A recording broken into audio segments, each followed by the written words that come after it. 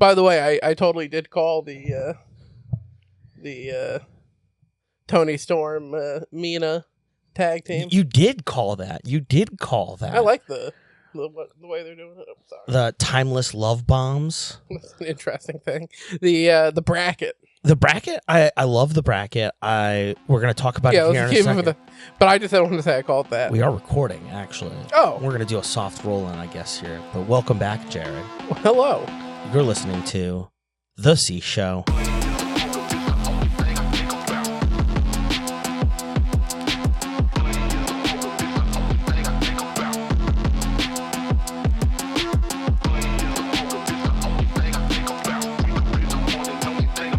Welcome back to The C Show. We're here. We're talking about Dynamite, Fright Night, and then later we'll talk about Collision, Fright Night. Of course, it was Halloween weekend. I hope you all had a happy and safe Halloween. Jared, did you do anything fun for Halloween? No, I wasn't. I went and saw a movie. I'll talk about that later. I wasn't really home. Oh, okay. I went to a party. I was JD Vance. It was a good time. I saw the costume. You look good. It was good. Thank you. I think he goes a little heavier on the eyeliner than you dared to do. I mean, you look like a raccoon, but that was kind of the idea. But he's still somehow heavier. Still somehow heavier. I don't know how to deal with that. But speaking of scary, terrifying things, we started off with a trick-or-treat tornado match on the 29th at Dynamite. It's Darby Allin and Orange Cassidy versus Wheeler Yuta and Daniel Garcia of the Death Riders. I have a guess on what your move of the match is. Okay, let's hear it. Because it's probably mine too. It's the coffin drop, right? Yeah, from the audience it is. Yeah. You know I love it anytime they fight into the crowd. Yeah, I loved how it went straight immediately into the crowd, basically. And it was just like fully in the crowd, basically. Oh, yeah, for the majority at the beginning. And then just like setting up a table, Orange Cassidy setting up a table against the barricade and how that played out later. There was a terrible set of commercials on the YouTube TV stream that I was watching. I don't even remember. I think one of them I did put in here, but it was Microsoft Copilot, and it was like an artist describing themselves. Like they had to write out a bio, and they're like, AI, describe my work for me.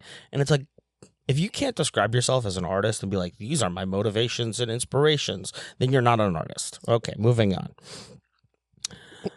Yeah, don't let me get started on how much I hate AI. AI art's not a real thing, and people who use AI are just subbing out their own intellect and ability to fucking think for themselves. Oh, that.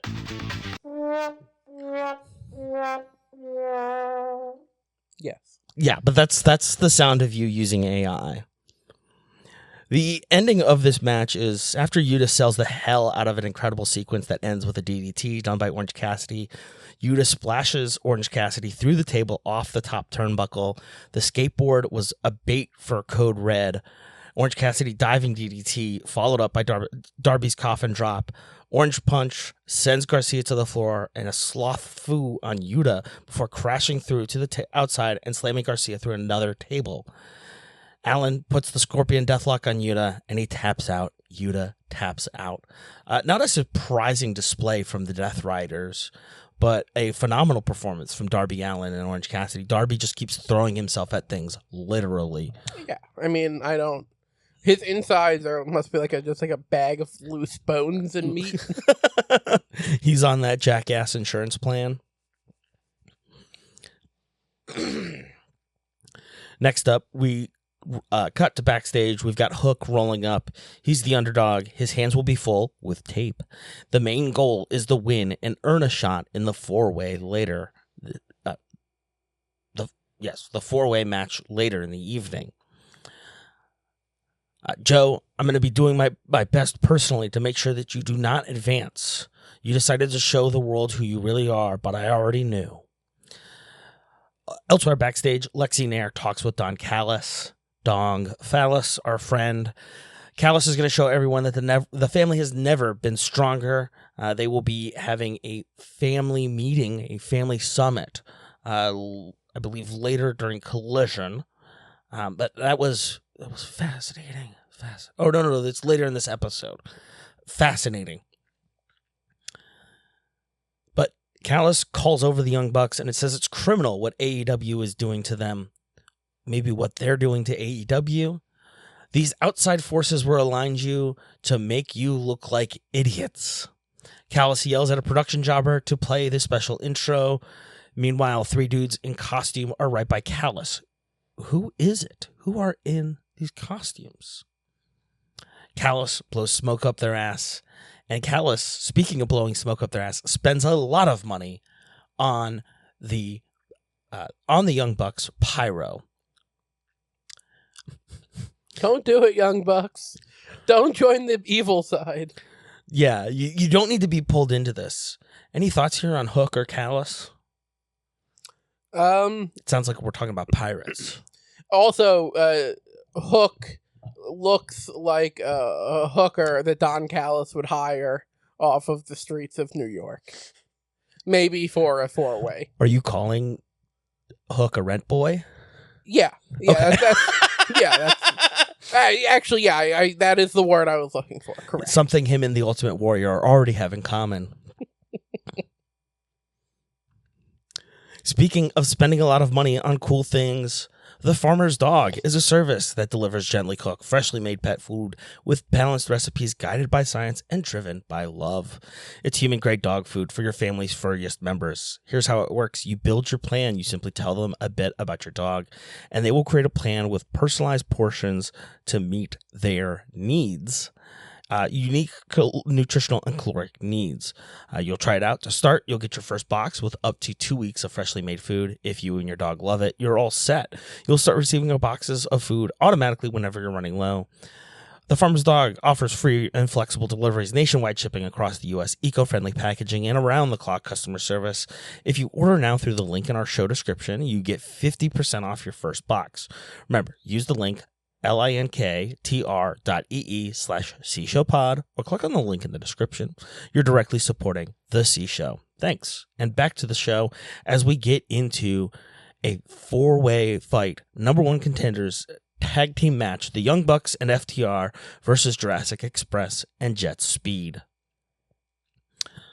Some fun here on Halloween as Jack Perry comes out. I believe he's wearing the Black Phillip mask. It's a mask of Black Phillip from The Witch. Have you seen that? No, I'm not familiar. Oh, The Witch rocks.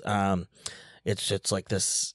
It's about this Puritan family that gets banished outside of their colony, and then they get haunted by the devil, essentially. And it's all in like Old English of the time. It's incredible.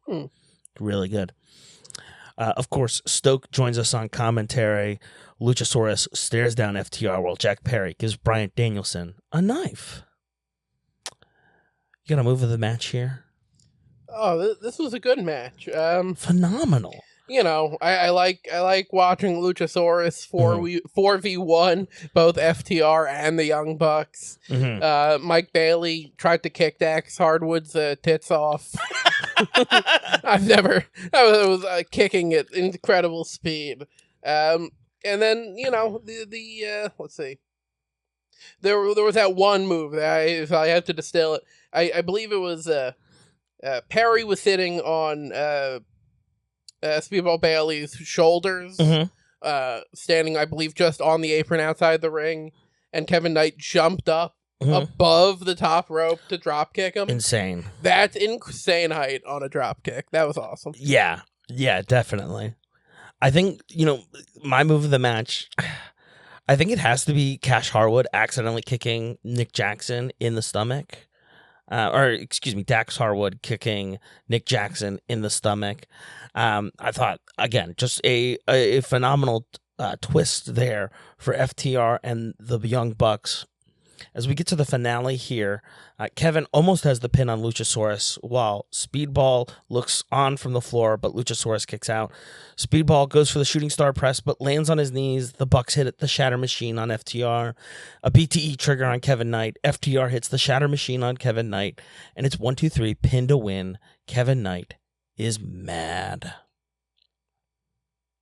Not who I wanted, but on the plus side, if it had been the Young Bucks or Jet Speed, then I would have had a slightly larger issue rooting for Prodito. Mm. So, you know what? At least I get to continue Yes. rooting for Prodito to kick their butts. Indeed. And that'll be a great match. I believe that will be at Full Gear, and we'll be talking more about Full Gear probably on next week's episode. Just a quick production note, Connor couldn't make it this week, but he will be back next week. So look out on what I'm calling tentatively the Jesus episode. Speaking of Jesus, the Last Supper, perhaps, the Don Callis Family Summit. We got everybody here. It's not even worth listing it off. You know all of the faces. But Takeshita is last. Don has something important to say. He wants to address 4 important questions. He calls on different members of the family. I love this. This is very fun.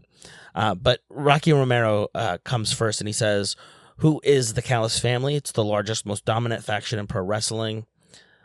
It was alleged that Takeshita had travel issues. Rocky is about to unveil a painting. What did you think about the painting, Jared? You called it very Jesus-y. Those, I mean, who's got better cum gutters? Picture Jesus on the cross or Don Callis with the fam? Just got me torqued.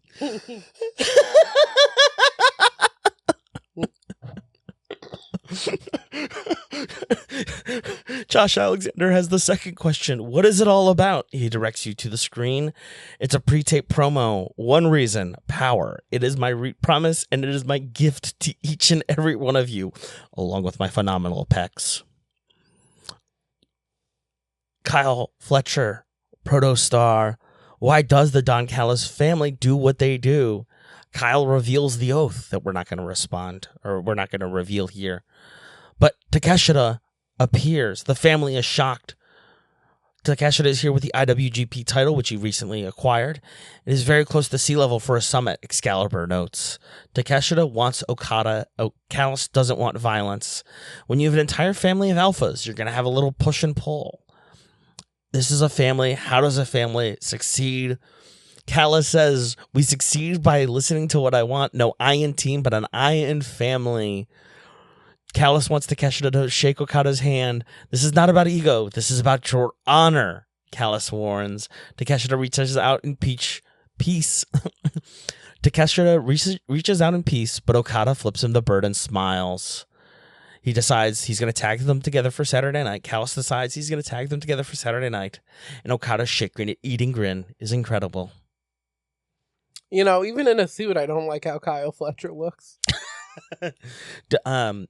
Did you see the episode of, I can't remember if it was Dynamite, or did you see the AEW show where it was at the 2300 arena, but Kyle Fletcher was wearing like penny loafers without socks? Yeah. And the crowd was chanting at him like, wear your socks. I don't remember, but like they were yelling at him about his socks, which is, again, phenomenal. Excellent. Love to see it. Backstage, Olympia wants the CMLL title. She came to AEW to find Mercedes Moné. She will see her on Saturday to return what belongs to the Amazonians. Just a preview. This was the Olympia Moné match of the weekend for me. Renee Paquette is with Chris Statlander. Statlander in the Black Goku outfit. Chris will be there to support her, Mercedes, in her defense of the CMLL title. We're both here tonight. Let's face off. I have the title you really want, so what are we waiting for? Well, we're not waiting for, I was like, I can do something clever there. We got Kyle O'Reilly with the Conglomeration versus Jon Moxley in a rematch of their previous confrontation. What's your move of the match here? Let's see. I liked First of all, can Moxley stop trying to like gouge people's eyes out or No. rip their ears off? No, contractually. It's weird, man. Contractually. Stop doing that. I don't like it. But I really liked O'Reilly's dragon screw on Mox when he was caught up on the corner. Mm-hmm. I thought that was a sick move. I liked Kyle O'Reilly's more formal jiu-jitsu versus Moxley's more homebrew style. He calls it death jitsu. Corny. Yeah, very corny. That's something I agree with there. That's very corny. But this match ends in a funny way because it ends in the rare double countout, right? So Moxley and Kyle O'Reilly are on the floor. There's an armbar on the floor, armbar on the floor, bore on the floor, bore on the floor, bore on the floor. Mox breaks out as the ref reminds Kyle he can't win on the floor. Shafir gets in the way of Kyle O'Reilly and Moxley, counters Mox's attack with the guillotine. The ref counts out. Mox is clueless as Kyle O'Reilly gets out of the guillotine. Shafir attacks the ref. Claudio hits them. The conglomeration of the Death Riders all flow in. Darby Allin comes in. Claudio smacks his chair against the step. Allin wants to end it right here. Allin will give you a chance to suffer some more. Briscoe says he's tired of seeing some fake tough guys. We're doing this thing where we're passing the mic around like a cipher. Me and my crew have come up with a game plan. Orange Cassidy to announce it. He doesn't want to. Classic white man at the cipher move. Blood and guts. Moxley is terrified. He's already lost so much blood over the past 3 weeks. Shout out to HBO, Discovery, Warner Discovery, David Zaslav. No ice ads, but we got Blue Chew. Thank you. Thank you for the boner pill ads. Hell yeah. Guys, Blue Chew's great, but they're not sponsoring us. Talk to your doctor. Yes. Get them for cheaper. There's nothing wrong with that. Mm-hmm. There's nothing wrong with it. Let's not corporatize medicine. You can get a prescription for either one. The Sildenafil or Tadalafil. I forget which one I have. Listen, what I'm saying is, if you own a boner pill company or you work in their marketing department, we're open. Oh yeah, that's true. In which case, do not just talk to your to your primary, because then she'll ask you weird questions, and make me very uncomfortable again. Are you having orgasm? Yes. Better keep that in. We'll see. Backstage, Mercedes Moné and Chris Statlander are brawling. The Stay Puft Marshmallow Man and a chicken watch. Mercedes drags Statlander through Gorilla. Stat puts Moné up on her shoulders and tosses her into the ring. Athena is here now. Athena tagging up with Mercedes Moné in the Women's Tag Team Championship bracket. She and Moné now team up on Statlander. A backbreaker by Mercedes Moné before the top rope splash by Athena. Harley and Willow come spilling out. Moné and Athena don't want the smoke. No, not at all. You are little goofy asses, Athena says. Dynamite next week. Harley and Willow versus Athena and Mercedes. There's a little promo of Bandido spending some time with his abuelita. Abuelita es muy importante. Very cute. Very cute. Very cute. But speaking of the AEW Women's World Tag Team Championship, we've got our first matchup here. The Sisters of Sin, Sky Blue and Julia Hart versus Queen Aminata and Jamie Hayter. Jared, the floor is yours. You know, I'm ride or die for my queen. Mm-hmm. My queen. You know what my favorite move was? Mm-hmm. She hit it. Mm-hmm. I rewound it. She hit it again. I rewound it. I brought my wife down, made her watch it. She looked at me funny. She left. I rewound it. She hit it again. Queen Aminata forever. All I gotta say about this match. Fuck Thekla. Yeah, no, Thekla, listen, the key here is Thekla was under the ring. She attacks Jamie Hayter while she's outside of the ring. Aminata gets double teamed by the Sisters of Sin. There's a drop press and pin to win by the Sisters of Sin. 1, 2, 3. Thekla crawls out from under the ring, and the spear from outside changed the entire match. Nay, this entire tournament, I think. Yeah, no, I mean, Absolutely. for sure. The shenanigans have uprooted the entire how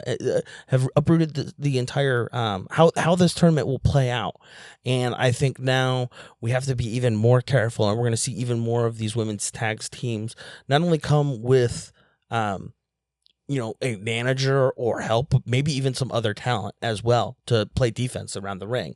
And then we're going to have to come to a point where there's the stipulation of nobody's around the ring, right? So I want to see some all women factions. mm-hmm. Give me, I think this just builds up towards that, and I think that would be awesome. I think that's what yeah. I mean, I guess you could call like the Triangle of Madness. That's what I was about to say. But I mean, I'm in a family.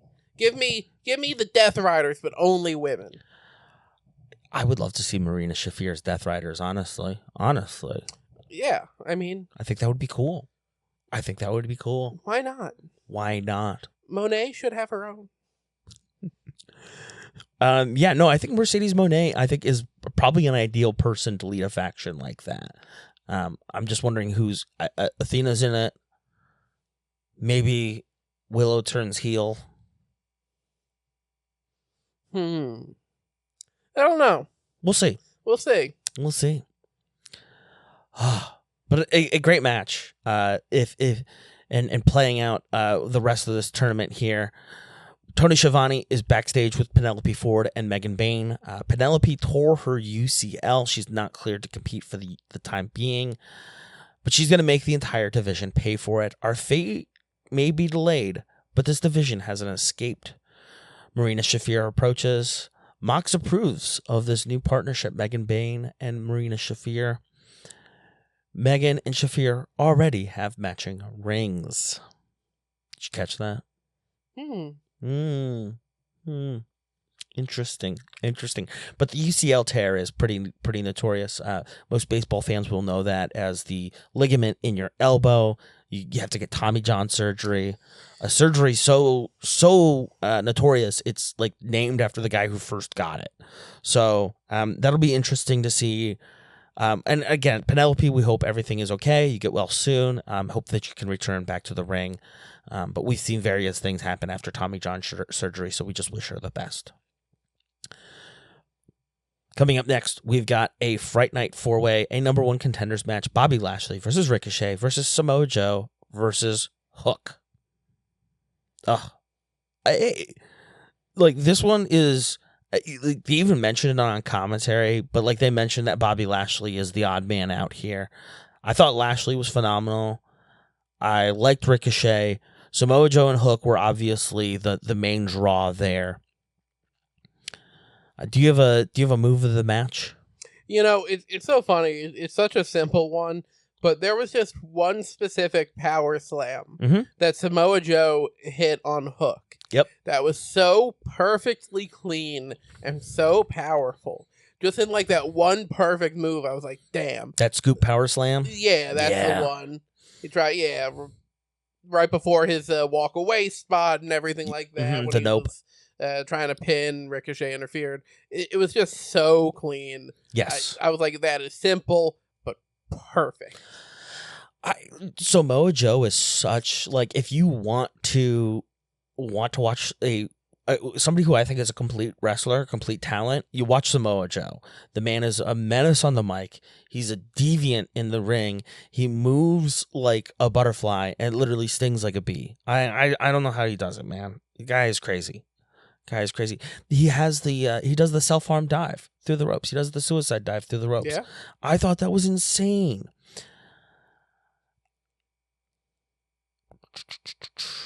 I just went into straight all caps. This was an awesome final 30 minutes of the show here.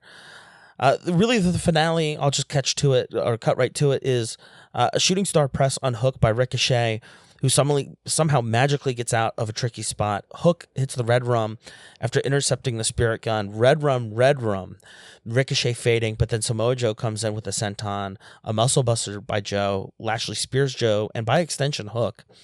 A spinning splash by Ricochet, Hook in the coquina clutch, and he taps out. It's a rematch. Samoa Joe versus Hangman Adam Page for the AEW Men's World title at Full Gear. The rest of the Ops, Powerhouse Hobbs and Katsuyori Shibata, come out to support their friend. Tony Schiavone is here now for the contract signing. And again, we've got Tony Schiavone now coming out as well. The Marshmallow Man, a chicken, a cow. We've got a slab of beef. Watching the chicken get into the ring was so funny. Because they had to not only like spread out the ropes, the steel cables. You'll see this for some people, like they sit on the second rope so that it brings it down a little bit, help people get in and out of the ring. It's very nice. But then the chicken's tail, they even had to like push it down, and it's like one of those inflatable costumes. It's very good. So good. But Joe wants to ensure his safety. Hobbs and Shibata dump this costume crew out of the ring. Now, last year, Hangman Adam Page had appeared in a Stay Puft Marshmallow Man costume and was unmasked and attacked Samoa Joe. So now, it's completely fair of Samoa Joe to think Hangman's in the Stay Puft again, obviously, like he knows that it fits him. But Joe laments the loss of Hangman's creativity. Joe relieved Hangman of that burden. Tony offers a toast. The beers were brought by the costume crew to All Elite Wrestling, to Full Gear, and the Men's World Champion Adam Page, the living embodiment of cowboy shit. Long may he reign. It turns out it was Hangman. He was dressed up like Schiavone the entire time. He attacks Samoa Joe. The refs come in to break it up. What a way to end the show. Yeah, it was awesome. I'm so excited for this rematch already. I saw a behind the scenes video of Hangman and Speedball Mike Bailey. Speedball runs around with like a GoPro basically in like vlogs, and Hangman showed Speedball the gate that he like learned for Tony Schiavone. It was perfect. I was like, oh my gosh, that's actually really good. That's awesome. Oh my gosh. Yeah, it was really awesome. Really phenomenal. Looking forward to this match already here as we get closer to Full Gear, getting closer to Thanksgiving, all of that good stuff here. But any thoughts on AEW Dynamite Fright Night before Halloween? No, I mean, that was a great, you had what? A 4-way tag team. Mm-hmm. 4 on, 2-2-2-2. Mm-hmm. You had the 1-1-1-1. Yep. I mean, that's a lot of, that's some, sick-ass viewing for just a casual midweek wrestling show. Yes. That's AEW delivering. I super appreciate it. It's not a go-home. It's, it's a little special because they're like, oh, it's Halloween. But, all of the promos are phenomenal. Leading up to title matches at Collision, promoing stuff for Full Gear. It's all really great. Yeah, even with the Summit, it wasn't just the action. It was, storyline moving. It was just a really high value, night of wrestling for me. Indeed. Well, speaking of high value nights of wrestling, we'll be right back here. We'll be talking about Fright Night Collision on November 1st. We'll be right back here on The C Show.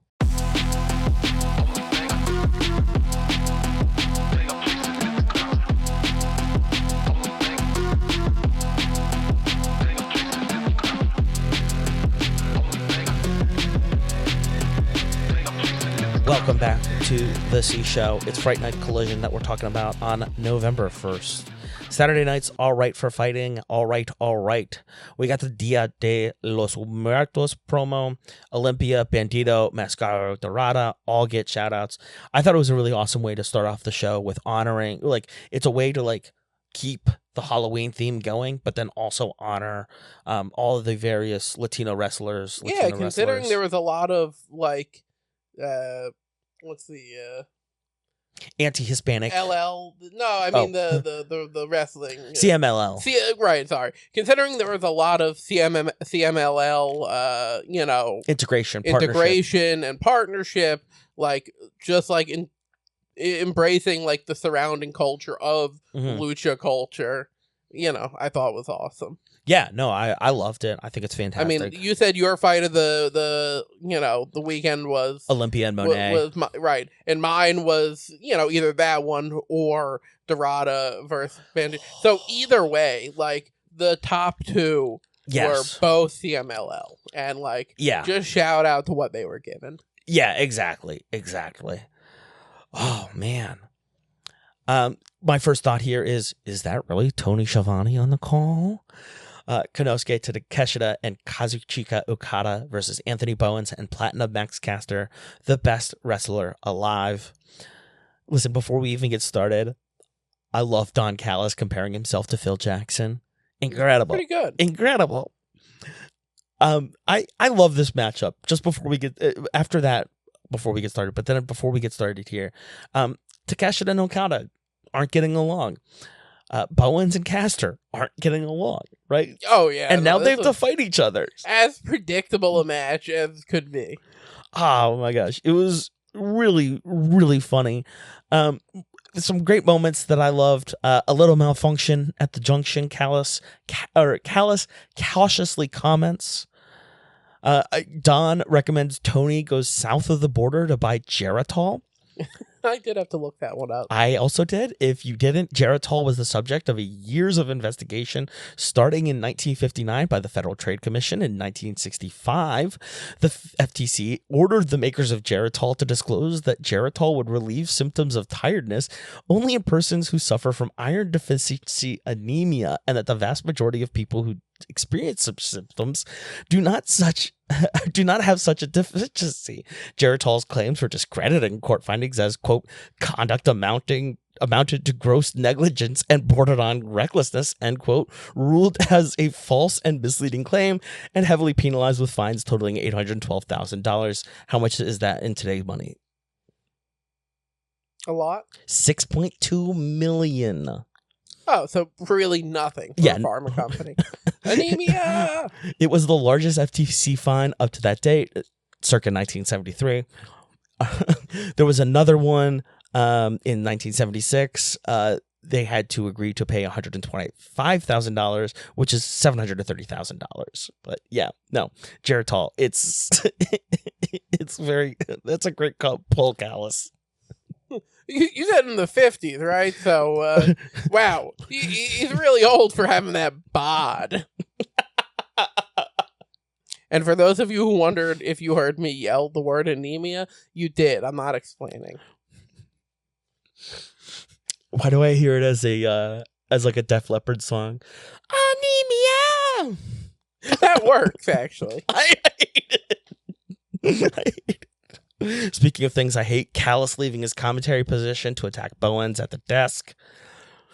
Did you have anything from this match before I go into the finish? Just real simple. There was a moment Caster had dragged Bowen back in for the combo, which was hilarious. Yes. Takeshita slips him and hits on Caster just a stunner. And it's the first time I've seen a stunner, like a true, it needs a kick to the stomach first. Mm-hmm. But that is like the move of my childhood. So that was pure nostalgia. Oh, that's wonderful. I love that. I love that for you. Speaking of things that I love, Takeshita Blue Thunder Bomb on Bowens before Okada steals Bowens. Bowens countering perfectly. A 6-foot drop kick by Okada. That was my drop kick of the weekend. Blind tag by Max Bowens. Now the Acclaimed are beefing with each other. Takeshita and Okada battling for the pin. Takeshita gets it, but Okada is pissed. Callis congratulates the boys for playing well together, and they both look miserable. I loved Max Bowens getting the blind tag there at the end. Bowens and Caster, they tagged together previously as the Acclaimed. Yes, and then they broke up, and they've been there's been some animosity between them. It was an acrimonious breakup. Between the pride of professional wrestling and Platinum Max Caster, the best wrestler alive. But speaking of tag teams that get along, Harley and Willow have words for Athena and Mercedes. Athena and Mercedes have titles and recognition. Harley and Willow have more. Willow wonders what they'll feel like if they lose. Harley corrects her, not if, but when they lose. You can take the babes out of the wrath, but you can't take the wrath out of the babes. Now we've got Tony and Mina Shirakawa. What would you do for someone that you love? We may be lovers, but these are dirty, dangerous times. Do not be afraid of the woman in front of you. Be afraid of the woman beside her. And we now have Chris Statlander, who will be joining us on commentary as we go into the CMLL World Women's Championship, Olympia versus Mercedes Moné. As we've mentioned previously, the collaboration between DC Comics and AEW. Do you notice Olympia's ring gear is all like Wonder Woman-y? Yeah, and Mercedes Moné had the Joker makeup. The Joker makeup. Yes. So, of course, fantastic to see here on Hollow Weekend. Listen, I'll just cut right to it. My move of the match, Olympia picking up Mercedes Moné and then holding her up with one arm. Oh, yeah. I mean, that was crazy. I literally texted Connor's wife. I was just like, you need to watch this match because there's a move and you need to watch it. And then the other one where I texted Connor's wife and I texted her, the picture of George W. Bush receiving the news while reading to the second graders. Yeah, I do. And I was like, there's a second move. A second move. You need to see this match because after a modified 619 to get out of a self-harm dive, Olympia pins Moné to the mat. The ref notices that Olympia has Moné up off of the mat, so Olympia just decides, I'll just pick her up to shoulder height and then drop her down for a power bomb into another pin. Holy shit. Olympia was so good. Oh my God. So they're like, look at her. Like, obviously the physique, she's a power lifter. Yeah. She was doing acrobatics. Yeah. Like the calisthenics work that she was putting in that match when she like flipped herself back over the ropes. Yeah. My favorite move was when she was doing a full handstand on the top turnbuckle in the corner, then came swinging down into her. Yeah. She was unbelievable. Yeah, absolutely insane. Again, why Lucha Libre rocks? Yeah, considering that the first thing you said will come up again later in the next CMLL featured match. Listen, as much as Olympia dominates this match, Mercedes Moné gets her shots in. Moné gets a crossface on Olympia. And then Olympia picks up Moné and does 3 squats before another power bomb. Outside of the ring, Moné throws Olympia into Statlander, but that wasn't an accident. Olympia grabs her by the hair before throwing her back into the ring over the ropes. Moné counters the DDT into a crossface, and Olympia tags out.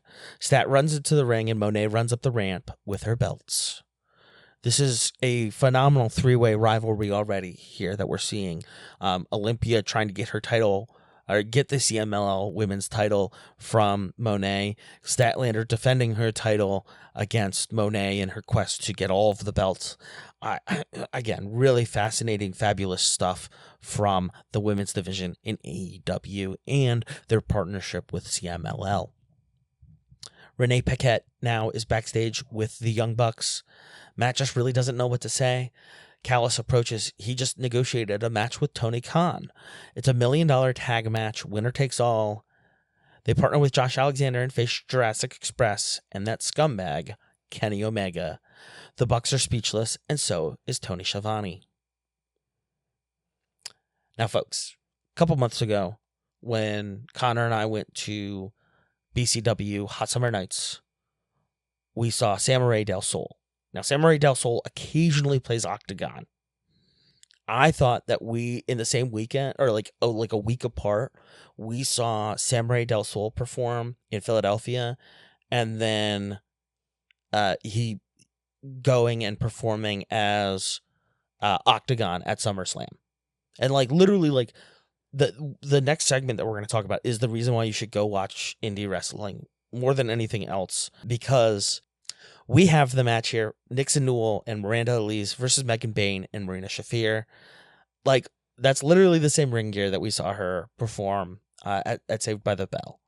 Like, it's so cool to see somebody go from a high school gym to wrestling on TV. Very cool. Go watch some indie wrestling. Jon Moxley joins us on commentary. Penelope does come out with Megan, though. Nixon and Elise start fast. Mox likes their spunk. Ew. While Nixon and Miranda pull off some awesome team moves, Megan fights back with her own double suplex. Mox learns what happens when you piss off Megan Bayne. Megan running Liger Bomb on Nixon, and it's 1-2-3 over for Megan Bayne and Marina Shafir. At least John is excited. As much as that's a squash match. Yeah. It's so cool to see Nixon perform like that on TV. That is cool. I'm going to have to actually go back because I'm going to be 200% honest here. Yeah. Let me preface this. Mm-hmm. How much do you know about Marina Shafir? She's Bulgarian. Okay. She's like a MMA fighter. Marina Shafir was walking in, and I looked at her name and I looked at her face, and I do what my people are wont to do, and I said, she's Jewish. So I spent the entire match on Wikipedia reading about her. Marina Shafir, here are the facts I wrote down. Okay, yeah. Please tell me. Marina Shafir is Jewish. Okay. 6 cents here. She is Moldovan. Moldovan, that's it. Though she did move to America when she was pretty young to start training. She lived with Ronda Rousey for a while. Really? She trained with and then lived with Ronda Rousey. And Ronda has appeared in the WWE before. True. Yes. And Marina Shafir is married to Roderick Strong. Marina Shafir and Roderick Strong have been married since 2018 and have a child together. Mazel tov. Good for them. I was like, no, she's with she's with Jon Moxley. And I was like, no, but she's evil and Roderick Strong is good. But yeah, they just don't bring it up into kayfabe. Into the show. So I was reading her Wikipedia article, and when I looked back up, I was like, oh, the match is over. Moxley and Renee Paquette are married, right? Yeah. That's always really funny. I saw somebody on the AEW subreddit was like, Renee Paquette is the true leader of the Death Riders. And I was like, actually, that's a kayfabe theory I buy into, and I love it. Works. Whoever you are, thank you. Yeah, so how about that? A Moldovan Jew. How about that? Very interesting. Thank you for sharing. I gave a book report. All right. We do have to talk about our friends at AMC, though, real quick. Have you seen anything good at the movies lately, Jared? I saw Begonia. Yes. On Friday. Yes. I love Yorgos. The movie's hilarious and freaky and weird. So, Yorgos Lanthimos movie. Yeah, pretty much. It is they acted the shit out of that movie. Oh, yes. Like, Jesse Plemons, yes, Emma Stone, yes, are incredible. Oscar frontrunners, you think? I think this should win. I think this should win some awards for sure. I think Jesse Plemons definitely. Yeah, that'll be. And I could see supporting actor for I don't know Alicia Silverstone. No, the other star, the other fella, the non-staffy guy. There's only like 5 or 6 actors. Yeah, it's a very small cast. There's 3 guys, and one of them's our favorite podcaster. Yeah, weirdly, he's good too, but the second fella. Yeah. But Begonia was so good. You're going to have to see it. Yeah, no, I think after I get back from Chicago, I definitely will have to. I saw Frankenstein last night. Oh, yeah. Guillermo del Toro's Frankenstein. I really enjoyed it. My friend Connor's wife turned to me after the movie and was like, "Can you believe that was Jacob Elordi?" And I was like, "Jacob Elordi, the guy from Euphoria?" And she was like, "Yes." And I was like, "Incredible." Seriously, a phenomenal creature performance by Jacob Elordi. And Guillermo del Toro is so incredible at creating Guillermo's great. gothic gothic spaces, it feels very much like. Also excited for the new Bride of Frankenstein movie that's coming out. Unrelated to this one. Really? Obviously. Interesting. But the new one's got stellar cast. Interesting. Some other movies out there right now. If I Had Legs, I'd Kick You, featuring Conan O'Brien, perhaps. Also coming soon, we've got Edgar Wright's The Running Man. We've got Nuremberg, if you're into period historical dramas. And you know what? Maybe you're a little fancy. You know, you've got somebody you want to impress in your life. You could see Met Opera La Boheme, right? So that's all available. If you use this deal that directly supports the show, visit linktr.ee/cshowpod or click on the link in the description to access this deal on behalf of your friends at the C Show. T's and C's applies. Please make sure to read the fine print. Thank you, and back to the show. Next up, we've got Renee Paquette, the aforementioned, has women's Blood and Guts updates. We'll talk about it at the end of the show. Blood and Guts is a variation on the War Games concept from WCW, Jim Crockett Promotions. But this is actually the first time that we're having a women's Blood and Guts match, so this is pretty big. It will be the Triangle of Madness. Thekla, Julia Hart, and Sky Blue will team up with Megan Bayne and Marina Shafir, as well as Mercedes Moné, and they will face Jamie Hayter, Queen Amanada, Willow Nightingale, Harley Cameron, Timeless Toni Storm, and the AEW Women's World Champion, Chris Statlander. Again, we'll have updates about Blood and Guts at the end of the show, including an explanation of Blood and Guts, because I'm sure you're wondering, what is Blood and Guts? Next up, we've got Roderick Strong, Mark Briscoe, and Commander against La Facción Ingobernable. Gosh, there's just too many syllables there for me. That's Sammy Guevara, the Beast Mortos, and Realistico. Commander and Dralistico, just fantastic matchup. So fast, so dynamic. Commander has an incredible back flip move. And then I loved Briscoe coming in with the redneck kung fu. Yeah, that's what I got. Really fun dynamic. That was so good.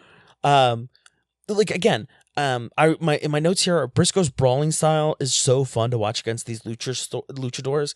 It's the absence of style versus hyper style. If that makes sense. Yeah, that right. That seems right. Like for lucha, it's a lot of style. Oh yeah. Over substance, but for Briscoe, it's substance over style. Like it's all about hits. It's all about like just being a brawler. During the picture-in-picture commercial, LFI take full control of the match, Guevara stomping on Commander's fingers before Motos nearly unmasks him. After the break ends, Commander is still in the ring, being torn apart by Dralistico despite some great spots. LFI team up for the stretch stomp on Strong, but Briscoe goes flying outside to land on his feet after hitting LFI. A reverse Poison Rana by Commander. Jeez, what a match. Jay Driller on Dralistico, 1, 2, 3. It's over. A great match. Yeah, again, just I mean, doesn't even need to be said again. But the Dralistico and Commander. Yes. Personally, I think this whole, this week's content just solidified like a major goal for me is to just go to a CMLL show. Oh. Like, I think lucha is just like my favorite type of wrestling. There's Power Pro Lucha, and they're a local promotion. They perform out of the Squash Center on Drexel's campus. So we got to figure out. Sounds like I'll be there. We got to figure that out. Speaking of things figured out, Tony reveals the trick on. Speaking of things we got to figure out, Hangman Adam Page reveals the trick on Samoa Joe. It was a treat for Tony. After Dynamite, Eddie Kingston consoled Hook. You caught your caught, Samoa Joe. You live another day. A good attitude from the youngster. Replacing Max Caster's open challenge call is MXM TV open casting call. Listen, I'll just say, about Mason What the hell Madden. was that? There are a lot of young people who are experiencing new emotions for the first time. It's okay. It's okay. Mansoor immediately insults the crowd. You cattle ranching, tobacco spitting ingrates. Coyote. They are dressed up as Halloween. Madden is dressed up as Stablemat, Taya Valkyrie, including the long blonde wig.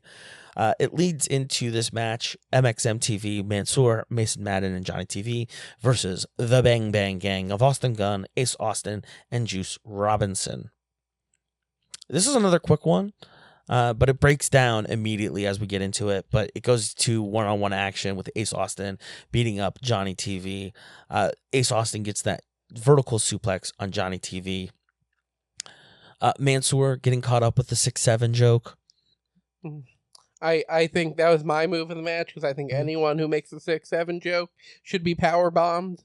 I think middle school teachers everywhere could take that lesson, and I think that's okay. Power slam those kids, them kids.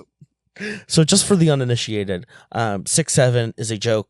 Some rapper mentioned it in the song, and so kids now go 6-7. So Mansoor's beating up Juice in the corner, and he's going, crowd's going 1, 2, 3, 4, 5, and then he goes 6-7, and that's when Juice Robinson attacks. Boo!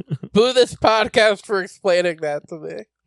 Mansoor is slammed by Austin Gunn. Juice wraps up Mansoor for the pin. 1, 2, 3, and it's all Bang Bang Gang today. Next up, we've got our main event for the Ring of Honor World Championship: Bandido versus Mascara Dorada 2. So this is the second in the series. I believe the first one was at Death Before Dishonor, which I believe is still free on YouTube if you haven't checked out. That's the Ring of Honor PPV that was done at the 2300 Arena. And Paul Walter Hauser, dude. Oh, yeah. You need to just watch it for Paul Walter Hauser, because he wrestles, and not just like celebrity Dennis Rodman, like even further than I would say, like Bad Bunny. Like the dude like gets thrown in the glass and shit. Like, oh, dang. Paul Walter Hauser wrestles. Oh, we have to watch that? Yes, highly recommend. But this is done by ROH rules. Opponents must shake hands beforehand, and then there's a 20 count on the outside. There are some other rules as well. Again, there are some more specific rules. There's like pure rules. There is a specific type of Ring of Honor stipulation where you can't use like open hand punches or like closed hand punches. It's really interesting. Really interesting. Speaking of things going on with the hands, Mascara Dorada just goes straight for Bandido's shoulder. He's going straight for the arm, knowing that Bandido is already going through shoulder issues. This is basically Dorada's strategy through the match. But Bandido pushes through. At one point, Bandido is effectively at 75%. He straight up can't use his right arm, but he still hits that tornado off the top rope, and he picks up Dorado with one arm. I think those are probably my moves of the match. The self-harm dive by Bandido after those probably does more harm than good. He rams his skull straight into the commentary desk. Oh my goodness. Off the apron, in mid-air cutter onto the floor by Bandido. Good gosh. That was a great way to kill a commercial break, was letting them sit out the 20, like doing an 18 count. Yeah, that giant throw up into a cutter. Mm-hmm. That had to be my move in the match. I mean, that was so clean. Did you have any other moves that you liked? I'm never gonna turn down. I really like the bow and arrow submission, and the way they had them trading them, and the way they had them coming out of them was awesome. Yeah, and then I'll always respect a Eddie Guerrero homage with the frog splash. Yeah, the frog splash. I wish we would have gotten the Three Amigos, but it is what it is.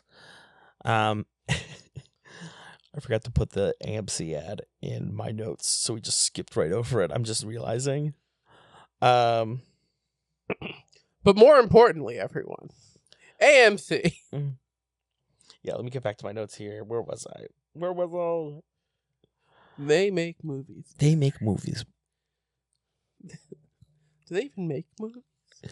No, I'll explain that later. Yeah, there's another fantastic sequence near the end here after that commercial break. Dorada with an awesome sequence. Hurricane Rana into a tornado, over the top, shooting star press, off the ropes, into the floor. Incredible. But Bandido still keeps on going while Dorada keeps on kicking out. Dorada trying to get the pin. Bandido doing his damnedest to stay in the match. Bandido is able to counter a frog splash with his knees. Did you hear that kid screaming into the mic? Oh, I wrote that down. That was so damn annoying. I'm like, if I'm the sound guy in the truck, I'm like, you have to send somebody into the crowd to figure out what that is. To power slam that child. No, seriously, to be like, you need to quiet your child. Because like, right, I'm no, it picking was nonstop. It was terrible. Like, I'm sitting here, and I have a 5.1. We've talked about it before. I have a 5.1 surround sound system. Jared helped me set it up, and I can hear this child screaming, like right in the back right corner. I was just like, somebody needs to stop this child. If that's your child, you should feel bad. I want to shout out the very nice young man. I went to there's a Sunoco at the end of my block, or like 2 blocks down, and there was a very nice young man. I think his mom was like, just hang out outside, and he just was like opening the door and closing the door. I was like, thank you very much. And he was like, no problem. I was like, nice young man. Didn't ask me for money or anything. I was like, what a pleasure. What a pleasure. Huh. I was like, I wanted to go up to his mother and be like, that's a very nice young man. But I was like, that's also very strange for a white guy to do. How much for him? Sell me your children. I almost said that. I want to buy your children. My dad does that at restaurants a lot. I almost did that at GW Finn's in New Orleans. How much for your women? I want to buy your women.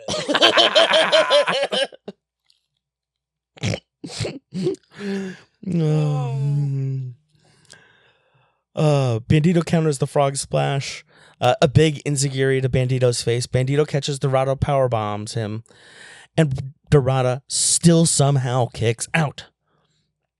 Bandido with one arm, 21 plex, pin on Dorada. Bandido retains 1, 2, 3. Another phenomenal 30-minute match and a pay-per-view quality level match that you're getting on cable television, primetime, Saturday night, folks. Thank you, Tony Khan. Thank you. Legitimately. Killer week of programming. 2 killer shows. Yeah. I like really cannot complain. We're going to have to rename ourselves to the B Show, because they're not bringing a B Show. They're doing 2 A shows. Ooh. Look at that. But we'll be right back here on The C Show.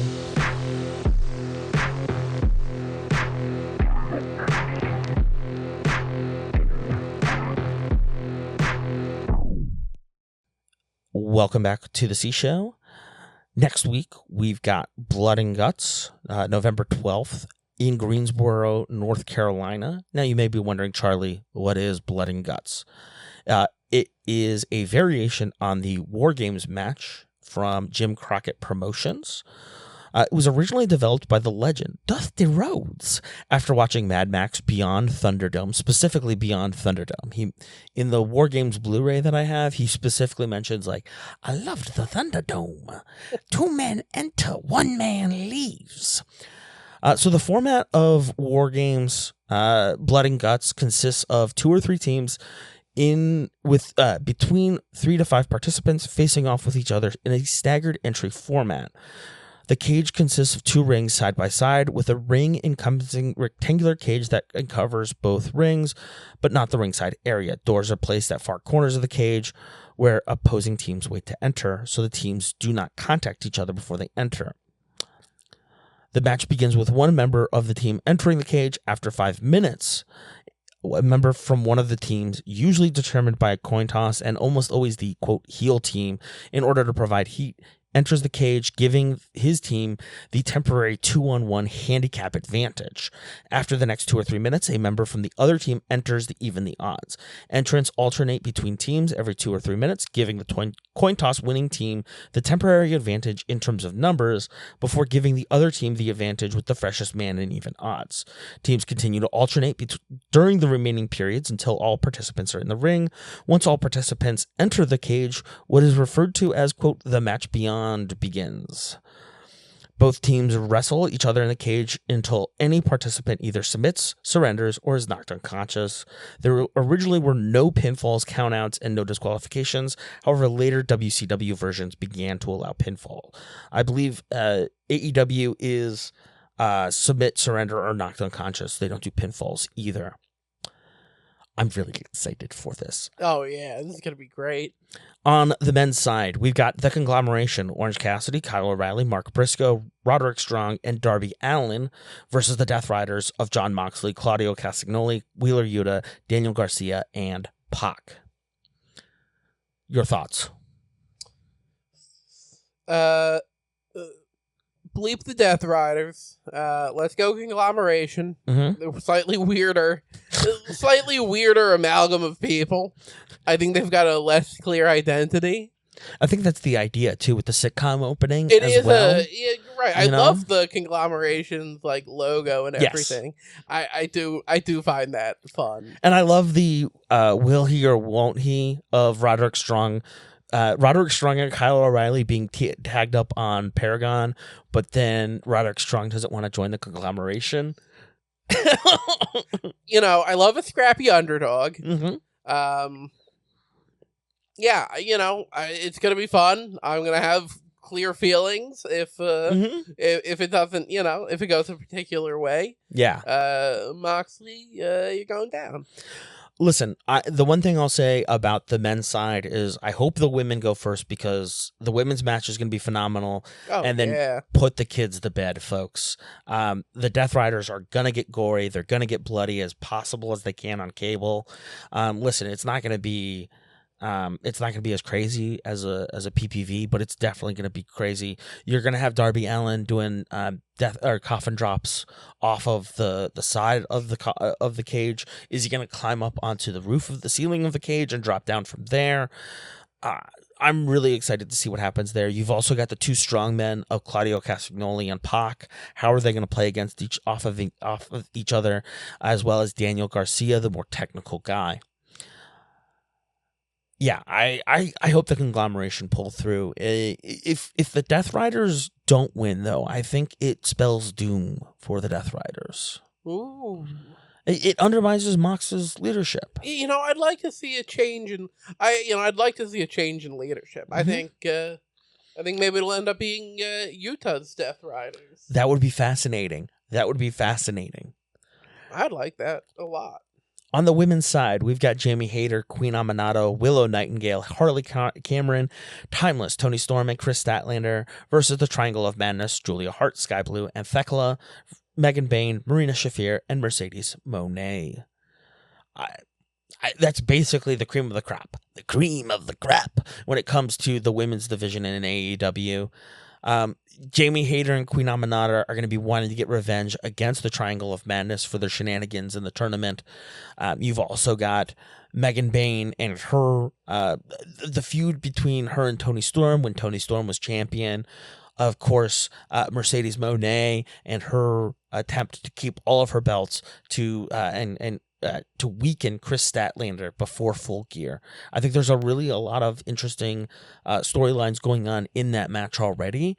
I think that's why we're in for truly a treat of a match. I know how it's gonna go for me. For the men's side, it's watching your team. Yes. I'm gonna feel the adrenaline of I want my guys to win. For the women, yes, it's just gonna be sit back, enjoy, love and respect the wrestlers on both sides. AEW's women's wrestling is the best. Yes, and I was just gonna be pure enjoyment watching. Seriously, sit down, get your snacks, get your drinks, enjoy yourself, because you're in for a phenomenal match for Blood and Guts. Listen, folks, it's been a pleasure talking with you here on The C Show. As I mentioned, I will be out of town. We will hopefully be on track next week to record, same time, same place, here on The C Show.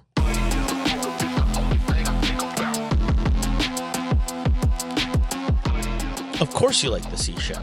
Make sure to subscribe, rate, review, and share with your friends. Support the show directly at ko-fi.com/cshowpod. Follow us on social media. We're on Instagram, TikTok, Blue Sky, Facebook, and YouTube at C Show Pod. Have a question for the boys? Send an email, cshowpod@gmail.com. Thanks to our friends Amir, Patrick, and Justin for their assistance. The C Show is a production of 832 Media. Thanks again for tuning in, and we'll be back next week.